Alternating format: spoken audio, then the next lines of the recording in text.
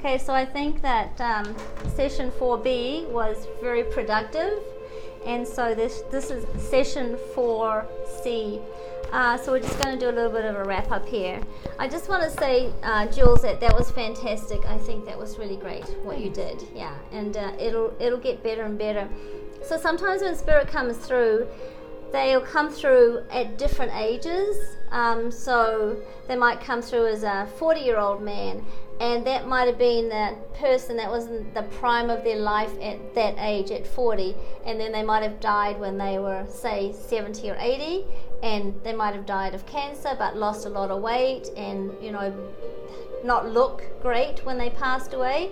So they'll bring that forward and show you that, but often their first presentation is of when they were at the best in their life here. So don't worry if somebody comes through and they're kind of transitioning into the different ages. Yeah, I do. I find that really confusing when that happens. That it totally is confusing because it's the same person, right? But then they've still got the same personality, but they're getting older. So what they're kind of telling you is that this is a memory that I have that you knew of, and now this is how I am when I passed. So you can just give that to your sitter as well. Give that information and say, hey, this guy came through 40, but I see him transitioning into a 70-year-old and passing of cancer, and so you won't be wrong. You'll be right. It's just you have to trust. It's trusting in spirit, which is the key. Just wanted to let you know because sometimes that happens and you're not too aware of it. Okay. What if they just start, I find sometimes they just stop moving. It's like they come in and they're moving and then they turn into like a mannequin. What does that mean? Then just ask them why. Why are you a mannequin? Why did you stop? They just it's like they turn into like a cardboard cutout.